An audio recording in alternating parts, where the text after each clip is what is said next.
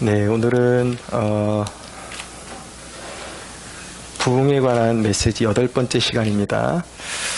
오늘은 구령의 열정에 대해서 함께 나누려고 합니다. 여러분, 성령 충만의 표징이 무엇인가라는 질문에 대한 대답을 간단하게 추리면 이와 같습니다. 먼저 첫째는 경건에 대한 열망입니다. 성령에 충만하게 되면 주님 안에 거하기를 원하고 주님을 더 추구하기를 원하게 되는 것이죠.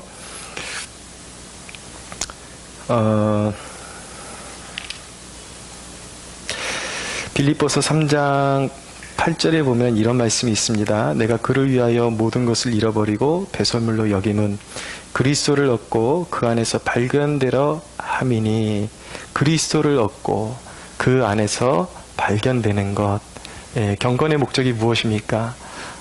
주님을 추구하는 것이죠. 끊임없이 세상의 그 어떤 것보다도 세상에 많은 바쁜 일이 있지만 그 중에서 그리스도를 더 추구하고 그분의 임재를 더 삶의 순간순간마다 맛보기를 원하는 것. 이것이 성령 충만의 첫 번째 표징이라고 말씀드릴 수가 있습니다. 또 하나의 표징이 있는데 그것은 무엇이냐면 바로 구령의 열정입니다. 오늘 말씀 주제죠. 구령의 열정. 제가 말씀드린 이 구령의 열정하면 보통 전도를 생각하는데 이것은 전도 그 이상의 이야기를 하는 것입니다. 전도할 뿐만 아니라 그 한 영혼이 하나님 안에서 온전히 서갈 수 있도록 세워주는 거기까지 보살피는 그러한 보살핌의 열정. 이것을 이제 구령의 열정이라고 말씀드릴 수가 있습니다. 오순절에 성령이 강림하셨습니다. 오순절 성령 강림 사건의 의미가 무엇이냐 라는 것을 질문을 던지게 되는데 말씀을 통해서 말씀을 드리면 사도행전 2장 18절 이하에 보면 이렇게 말씀하고 있습니다. 그때 내가 내 영을 내 남종과 여종들에게 부어주리니 그들이 예언할 것이요 또 내가 위로 하늘에서는 기사를 아래로는 땅에서는 징조를 베풀리니 곧 피와 불과 연기로다 라고 말씀하고 있어요. 주의 크고 영화로운 날이 이르기 전에 해가 변하여 어두워지고 달이 변하여 피가 되리라 라고 말씀합니다. 성령 강림 사건의 의미에 대해서 베드로가 설교하는데 뜬금없이 요엘서의 예언의 그 말씀을 이야기하다가 갑자기 좀 난데없는 것 같은 그런 구절이 나오는 거예요. 주의 크고 영화로운 날이 이르기 전에 해가 변하여 어두워지고 달이 변하여 피가 되리라. 제가 요즘 주일마다 요한계시록 설교를 하고 있는데 이게 다 관통하는 구절입니다. 말세의 징조를 이야기하는 것이죠. 그래서 하나님께서 이제 심판의 재앙을 쏟기 시작하실 때의 인류에 그래서 바다가 피로 변하는 사건이 일어나고 해가 빛을 잃어버리는 사건이 일어나고 전쟁과 참화와 그런 불과 그런 어떤 어둠의 그런 세력들에 의해서 완전히 그 세상이 파괴되는 그런 불과 유황과 연기 이런 그런 증상들이 나타나게 되는 것이죠. 그러니까 성령 강림 사건을 이야기하는데 왜 그런 무시무시한 이야기를 하는가? 거기에는 다 이유가 있습니다. 여기 사도행전 이어지는 말씀에 바로 그 이어지는 단락에 누구든지 주의 이름을 부르는 자는 구원을 받으리라 라고 말씀하는 것입니다. 그러니까 성령 강림을 왜 부어주셨는가, 성령을 왜 오순절날 부어주셨는가에 대답을 하고 있는 거예요. 여기 답이 있는 것입니다. 성령을 왜 부어주셨는가? 말세에 이제 종말이 다가오고 하나님의 심판이 반드시 이루어질 텐데 그 심판 전에 영혼을 구원하는 성령의 능력으로서 사람들을 빨리 그 심판에서 구원해내라고 주신 그 사건이 바로 오순절 성령 강림 사건인 것입니다. 쉽게 말씀드리면 오순절 성령 강림 사건은 말세에 복음을 증거하는 능력으로서 부어주신 것이 바로 성령 강림의 의미인 것입니다. 그러니까 쉽게 얘기해서 성령을 부어주시는 사건은 영혼 구원하라고 주신 것인데 내가 다른 것들은 다 추구하고, 여러 가지 은사도 추구하고, 여러 가지도 추구하고, 하나님을 알아가는 지식도 추구하고, 그렇지만 내 안에 구령의 열정, 영혼을 구원하고자 하는 열정이 없다면 그것은 성령 충만하고는 거리가 먼 것이라는 것입니다. 성령 충만하게 되면 내 인격이 성장하기도 하지만 궁극적으로 영혼을 구원하는데 그 모든 에너지를 쏟아 부으라고 하나님이 주시는 그 능력, 그것이 바로 성령 충만이라는 것입니다. 그래서 역으로 생각하면 어떤 영혼에게 하나님께서 성령의 충만을 부어주시는가? 당연히 영혼에 대한 애착, 그 사모함이 있는 영혼들에게 하나님께서 성령을 부어주시기를 기뻐하시겠죠. 그러니까 여러분, 우리가 이 수요일마다 모일 때에 그런 우리 안에 구령의 열정이 있어서 하나님께서 우리 작은 무리에게 부르짖는 우리 심령들에게 하나님의 성령을 한이 없이 부어주시는 사건들이 일어나기를 간절히 소원하는 것입니다. 여러분, 구령의 열정을 잃어버린 세대의 모습은 어떠한가? 구령의 열정을 잃어버린 세대의 모습은 말 그대로 영적으로 비참해지는 것입니다. 사사기의 모습이 바로 영적인 구령의 열정을 잃어버린 세대의 전형적인 모습이라고 말씀드릴 수가 있습니다. 사사기 17장 2절에서 4절에 있는 말씀을 읽어드리면 1절부터 4절까지 제가 읽겠습니다. 에브라임 산지에 미가라 이름하는 사람이 있더니 그의 어머니에게 이르되 어머니께서 은 1,100을 잃어버리셨으므로 저주하시고 내 귀에도 말씀하셨더니 보소서 그 은이 내게 있나이다. 내가 그것을 가졌나이다 하니 그의 어머니가 이르되 내 아들이 여호와께 복받기를 원하노라 하니라. 미가가 은 1,100을 그의 어머니에게도 도로 주매 그의 어머니가 이르되 내가 내 아들을 위하여 한 신상을 새기며 한 신상을 부어 만들기 위해 내 손에서 이 은을 여호와께 거룩히 드리노라. 그러므로 내가 이제 이 은을 내게 도로 주리라.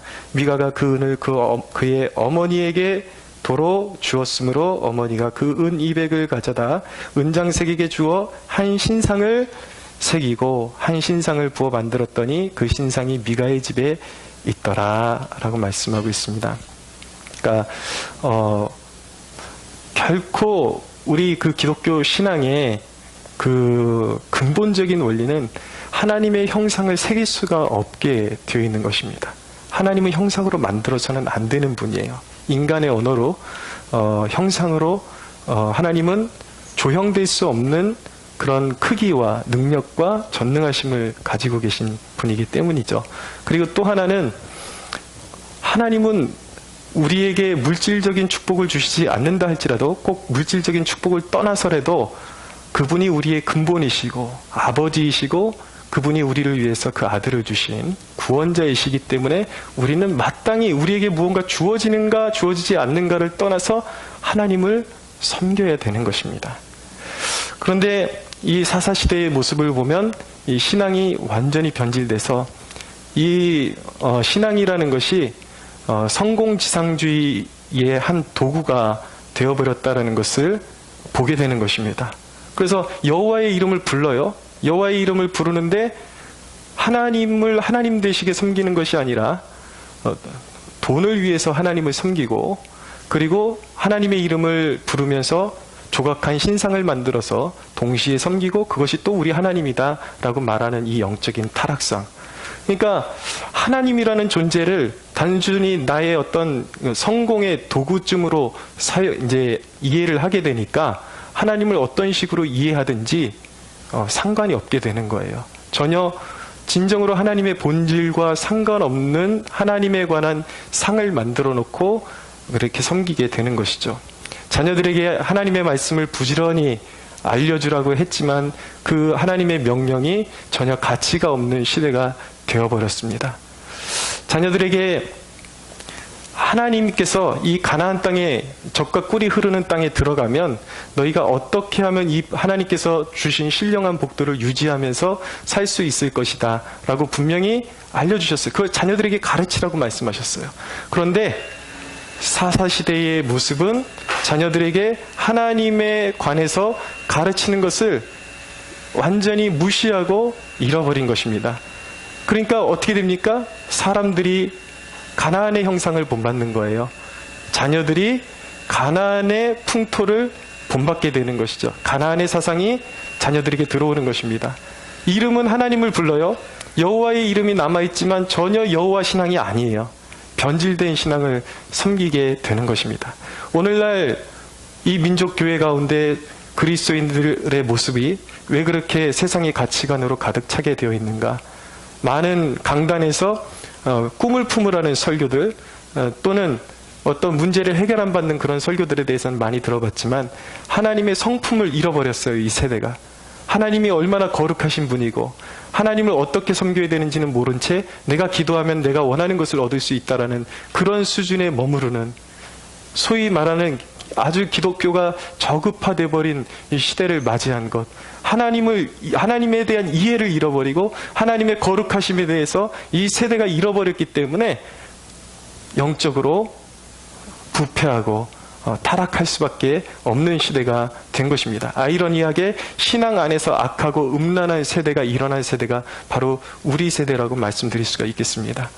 오늘날 그리스도인들의 그런 삶의 모습들, 자녀들에게 삶에 치이면서 먹고 마시고 살고, 그리고 그 세상의 과제물들의 우선순위에 밀려가지고 자녀들 기르면서도 세상의 그런 우선순위에 발 맞춰서 세상에 뒤지면 안 되니까 세상의 과제물들을 챙기느라고 하나님을 가르쳐주는 것을 뒷전으로 계속 미루다가 결국은 이 세대가 영혼을 잃어버리게 된 것입니다. 하나님의 사람들을 찾아보기가 어렵게 된 거예요. 그 누구도 부모로서, 그리고 어떤 사람들을 향한 불영의 열정을 가지고 살아가는 사람들을 찾아보기가 너무 힘든 시대가 되어버렸다는 것입니다. 그러나 여러분, 주님의 사역, 우리 예수님의 이 땅 가운데서 보여주신 그 사역의 모습은 무엇입니까? 한 영혼을 택하셔서 하나님의 자녀로 빚어주시는 것이 바로 우리 주님께서 보여주신 사역의 모습이었어요. 그것이 전도하신 이유였어요. 전도하시고 사람을 품으신 이유는 한 영혼을 택하셔서 하나님의 형상으로, 하나님의 자녀로, 하나님의 온전한 백성으로 빚어주시기까지 주님께서 그런 구령의 열정으로 살아가시는 모습을 보여주셨다라는 것입니다. 로마서 8장 30절에 보면 또 미리 정하신 그들을 또한 부르시고 부르신 그들을 또한 의롭다 하시고 의롭다 하신 그들을 또한 영화롭게 하셨느니라 라고 말씀하고 있어요. 한 영혼을 부르심부터 영화의 단계에 이르기까지, 완전히 구원이 이루어지기까지 주님께서 그 영혼을 떠나지 않고 돌보아 주시며 케어해 주시는 것, 이것이 주님의 사역이라는 것입니다. 우리에게도 그것을 맡기신 거예요. 한 영혼의 구원이 이루어지기까지 하나님이 전적으로 역사하시지만 하나님께서 여러분과 저에게 그 한 영혼이 바로 서가는데 일부분을 감당할 수 있도록 명령하시고 그 부분을 우리에게 할당하셨다라는 것을 깨달을 수가 있어야 되는 것입니다. 주님께서 제자들을 어떻게 케어하셨습니까?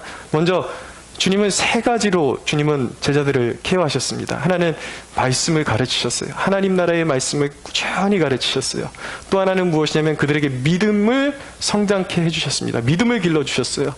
때때로 제자들을 풍랑 속으로 들여보내주셔서 그 풍랑 속에서 어떻게 문제를 받아들이고 믿음으로 어떻게 그것들을 수용하고 어떻게 극복할 수 있는지 삶의 산 체험장에서 그런 역경을 허락하시고 환난을 허락하시고 그런 가운데 믿음을 어떻게 활용해야 되는지 믿음을 장성케 해주셨습니다. 또 하나는 무엇이냐면 그들에게 사명을 주셨어요. 어두운 세상, 흑암에 갇힌 세상을 보면서 너희가 말씀을 들어야 되는 이유가 무엇인가? 너희가 말씀으로 성장해야 되는 이유가 무엇인가? 너희가 믿음을 지녀야 되는 이유가 무엇인가? 결국 여기에 있다라는 거예요. 결국은 하나님의 온전한 한 사람으로 성장해서 흑암과 절망 가운데 있는 영혼들에게 구원의 손길을 펼치는 사명자로 길러내시는 것이 바로 주님의 사명이었다라는 것입니다. 주님께서 오늘 우리가 그렇게 살기를 원하세요. 주님이 살아갔던 것처럼 그렇게 구령의 열정을 가지고 살아가기를 원하세요.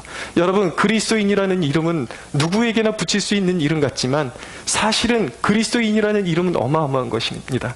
교회 안에 있다고 해서 그리스도인이라고 불릴 수가 없는 거예요. 이것은 천국에 갈 수 있느냐 없느냐 그것 이상의 이야기한 것입니다. 이야기인 것입니다.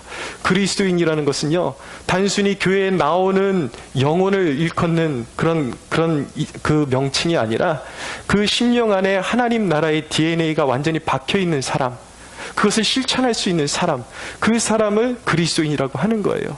여러분, 내가 먼저 진정한 그리스도인이 되지 않고는 단 한 영혼도 진정한 그리스도인으로 바꿀 수 없어요. 죽을 때까지 바꿀 수 없어요.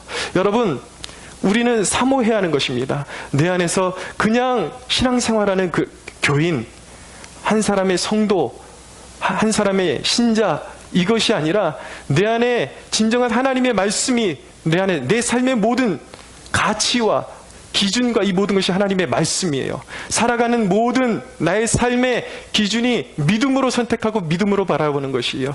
그리고 내가 해야 될 사명은 무엇인가? 영혼을 구원하는 일에 나는 메인바된 영혼이다 라는 것을 인식하고 있어야 되고, 또 그러한 삶을 사모할 수 있어야 하는 것입니다. 할렐루야. 네, 그것이 그리스도인이에요.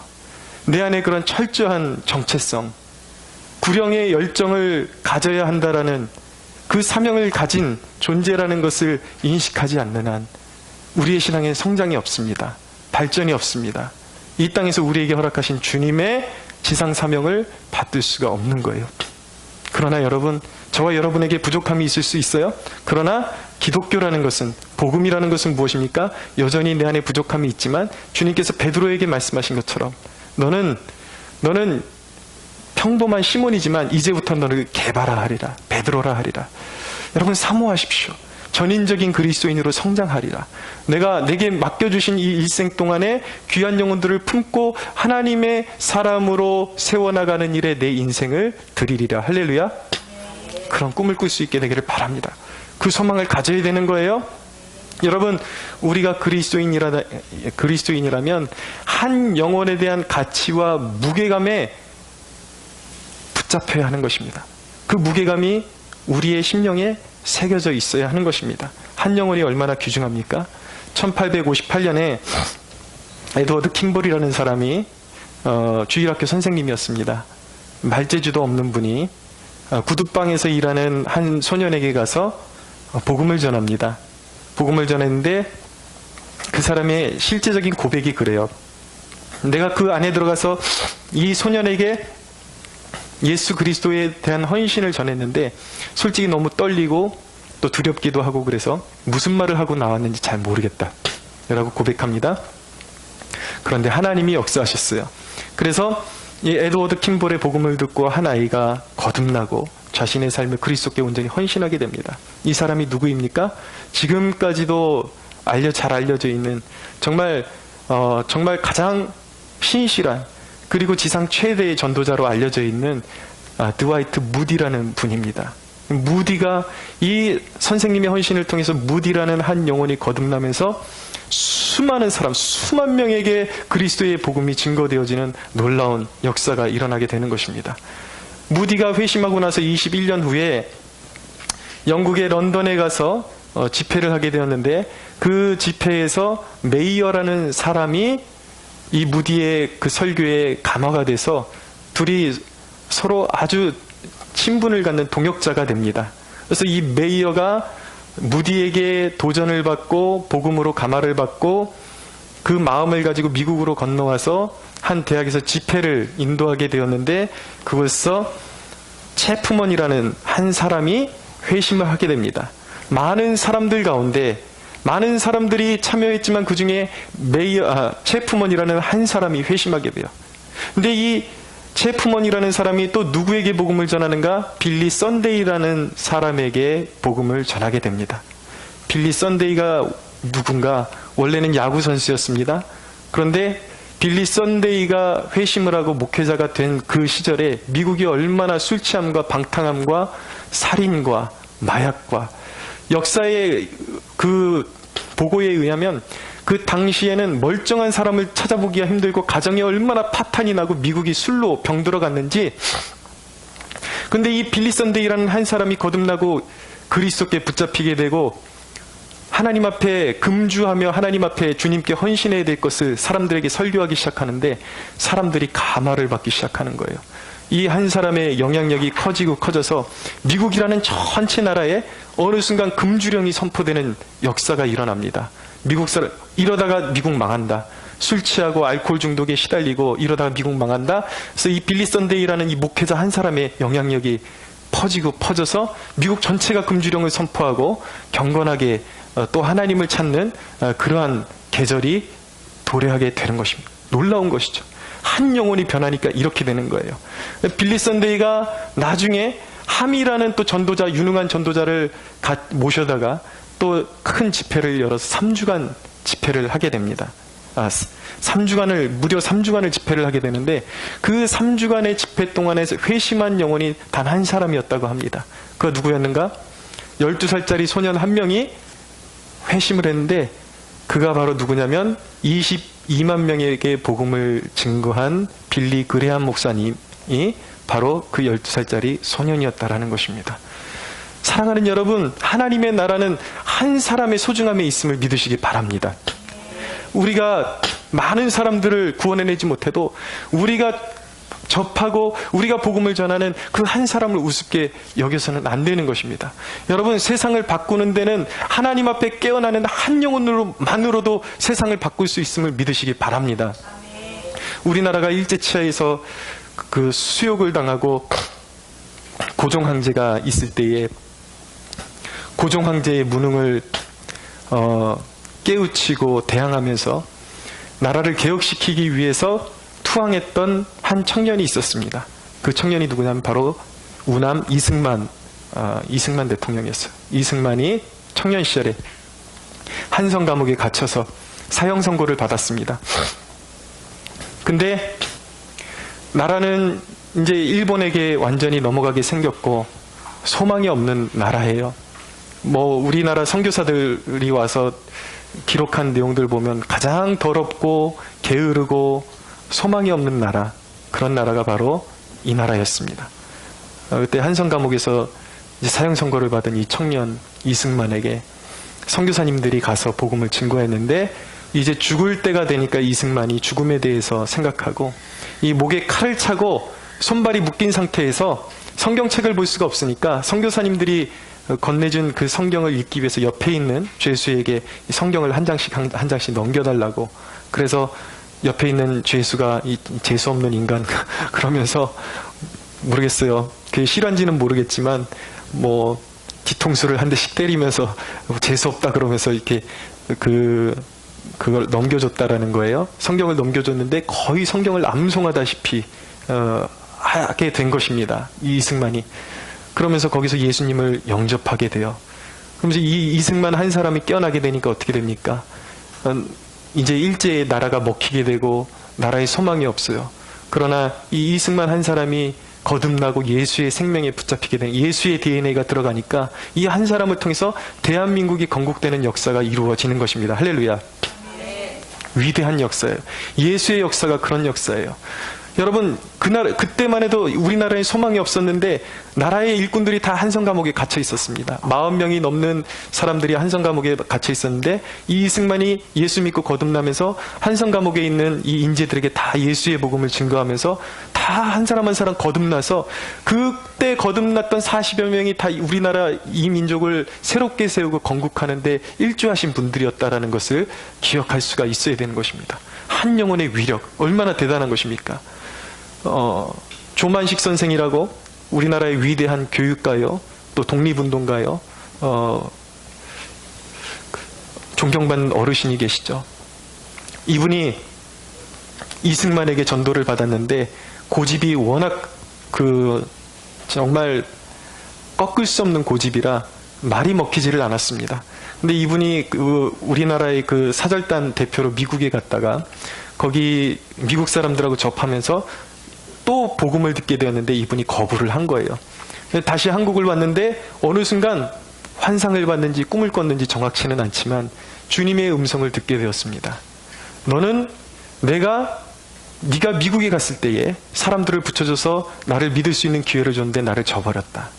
너는 나를 믿지 아니함으로 말미암아 너의 민족이 나를 섬길 수 있는 기회를 저버리게 만든 것이 너의 죄악이다 라는 그 주님의 음성을 듣고 그가 납작 엎드려서 예수 그리스도께 헌신하게 됩니다. 그러면서 이 한 사람의 교육가가 거듭나게 되면서 찢어지게 가난한 시절에 이 사람이 3.1운동을 주도합니다. 뒤에서 이 조만식 선생님이. 그리고 찢어지게 가난한 시대 가운데 물산 장려 운동을 하면서 우리나라 제품 가장 어려운 시기에 우리나라 자급자족을 권면하고 우리 물건 쓰기를 독려하고 이러면서 가난한 나라가 점점 일어서게 되는 놀라운 토대가 마련하게 되는 것입니다. 그리스도인의 위대함, 한 사람의 위대함, 할렐루야. 여러분, 한 사람이 예수 믿어서 구원에 이르면 이런 놀라운 기적과 역사가, 소망 없는 나라에 빛이 임하는 놀라운 역사가 일어나는 것입니다. 여러분, 이 나라에 소망이 없다고 말하고 있습니다. 여러분, 정말 소망이 없는 것입니까? 우리가 정말 그 한 영혼을 잉태하기 위해서 얼마만큼 부르짖었습니까?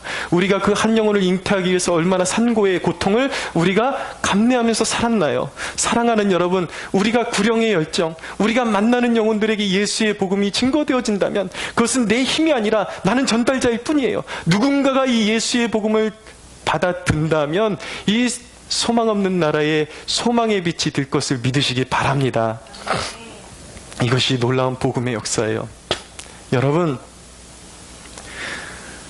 한 영혼이 하나님의 사람으로 세워지는 것은 주님이 가장 기뻐하시는 일이라는 것을 깨닫기를 원합니다. 여러분, 우리의 삶의 스타일이 바뀌어야 됩니다. 습관이 바뀌어야 됩니다. 사람들을 만나게 될 때에도 그것을 나를 위한 기회로 삼을 것이 아니라 어떻게 해서든 나의 사업차 아니면 나의 어떤 유익을 위해서 사람들을 만나는 모든 기회 속에서, 일터에서 고객들을 만날 때에, 사람을 만날 때에, 친인척을 만날 때에 나를 유익하게 하기 위해서 만나는 것이 아니라 우리는 모든 사람들과의 만남 속에서 예수를 소개할 기회로 삼을 수가 있어야 하는 것입니다. 할렐루야. 여러분, 사람들이 고민합니다. 누구나 고민이 있기 마련입니다. 삶에 어떤 길로 가야 되나, 무엇을 선택해야 되나, 그것을 고민하는 사람들이 분명히 있을 거예요. 그러면 여러분, 그 고민하는 문제에 대한 직접적인 답만 주려고 하지 마십시오. 그에게 그 답보다 더 좋은 것을 주려고 노력하십시오. 하나님 앞에 기도하면 하나님이 들어주신다라는 것을 그에게 전할 수 있게 되기를 바랍니다. 그에게 좋은 기회를 전해주는 것은 무엇이냐면 인생의 고민과 선택의 기록 가운데 있는 사람들에게 기도회로 초청하는 거예요. 하나님이 우리의 기도를 들으셔.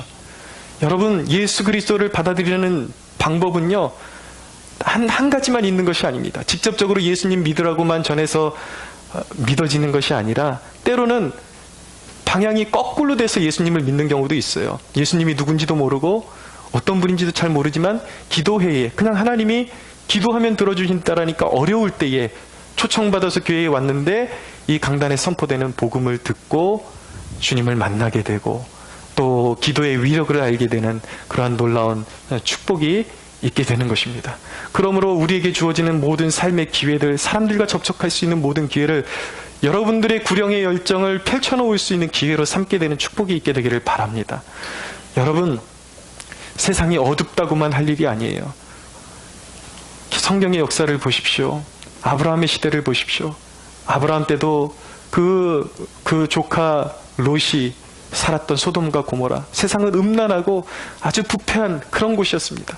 성경의 위인들이 살던 그 시대를 다 성경을 살펴보십시오. 어느 시대가 여러분 영광으로 찬란한 그런 시대가 있었던 거예요. 모진 핍박이 있고 세상은 더러워지고 우상숭배로 가득하고 음란하고 다 그런 시대에 믿음의 사람들이 살았던 것입니다. 그러나 문제는 무엇이냐면 그 한 영혼, 하나님께서 택하신 그 한 영혼이 하나님 앞에 바로 서 있을 때 하나님이 이 세상의 역사를 이어가시고 그 하나님의 택한 백성들을 통하여 하나님의 역사를 끊임없이 이어가셨다라는 것, 그것을 기억할 수 있는 저와 여러분들이 되기를 축원합니다. 사랑하는 여러분, 누가 마지막 시대에 가장 축복받은 하나님의 종일까요? 어떤 사람이 가장 복받은 종일까요? 마태복음 24장 45절에 보면 이렇게 말씀합니다. 충성되고 지혜 있는 종이 되어 주 안에 주인에게 그 집 사람들을 맡아 때를 따라 양식을 나눠줄 자가 누구냐? 주인이 올 때에 그 종이 이렇게 하는 것을 보면 그 종이 복이 있으리로다. 여러분, 주님을 떠나서 수고하고 모으고 집 짓고 우리가 누리는 그 모든 것들은요, 마지막 날 다 그 심판대 앞에서 불살라지고 말 것입니다. 영원한 상급이 무엇인가? 오직 천하보다도 귀한 영혼들을 주님께로 돌이킨 그것만이 영원한 상급으로 남을 줄로 믿으시기 바랍니다. 할렐루야. 다니엘서 12장 3절에 보면 지혜 있는 자는 궁창의 빛과 같이 빛날 것이요 많은 사람을 옳은 대로 돌아오게 한 자는 별과 같이 영원토록 빛나리라. 구령의 열정, 영혼을 구원하는 것만큼, 영혼을 세우는 것만큼, 한 사람을 하나님의 사람으로 세우는 것만큼 가치 있고 하나님이 인정하시는 귀한 일이 없다라는 것입니다. 사랑하는 여러분, 우리는 마지막 시대를 살아가고 있고 특별히 이 민족적으로 가장 어두운 시대를 살아가고 있습니다. 우리가 붙잡아야 할 것은 무엇입니까? 한탄만 하고 있다고 일이 되겠습니까? 늦었다고 생각하는 그 시점이 바로 각성하고 깨어나야 할 때입니다. 하나님은 일하십니다. 하나님이 움직이기 시작하시면 결코 늦지 않았습니다. 할렐루야. 여러분, 우리는 구령의 열정을 붙잡아야 돼요. 이 구령의 열정을 붙잡기 위해서 다시 우리에게 성령을 부어달라고 기도할 수 있어야 하는 것입니다. 성령은 구령의 열정을 가지고 영혼을 구원하기를 원하는 간절한 소망을 가진 자들에게 부어지는 것입니다. 여러분, 우리가 다시 한번 꿈꿀 때에 우리의 헌신을 통해서 정말 가장 종교적으로 기독교적으로 어두움의 터널을 지나고 있을 때 칼빈이라는 위대한 하나님의 사람을 일으키셔서 종교개혁을 일으키신 것처럼 하나님 이 시대 가운데 영적인 칼빈들이 일어나게 해주시고 하나님 존 낙스와 같은 기도의 사람들, 여호수아 같은 그런 선봉장들이 일어서게 해주시고 이 민족 가운데 다시 한번 이승만 같은 위대한 사람, 하나님의 사람들이 나오게 해주시고 하나님 이 시대 가운데 정말 진정한 인권이 무엇인지를 보여줄 수 있는 아브라함 링컨 같은 사람들이 일어나게 하여 주옵소서. 할렐루야. 여러분, 우리가 기도하면 하나님은 이루어 줄 것입니다. 이것을 꿈꾸고 우리가 지금 이 순간 다시 한번 하나님 앞에 무릎 꿇는 마음으로 기도할 때 주여 우리의 마음 가운데 구령의 열정을 회복시켜 주십시오. 실패감으로 젖어 있고 나태함에 젖어 있는 우리의 심령 가운데 구령의 열정을 다시 부어주셔서 이 땅 가운데 어두운 이 땅 가운데 속속들이 하나님의 백성들이 숨어있던 하나님의 백성들이 일어나는 것을 보게 하여 주옵소서. 우리 기도 제목으로 하나님 앞에 간절히 나아가는 시간 되기를 원합니다.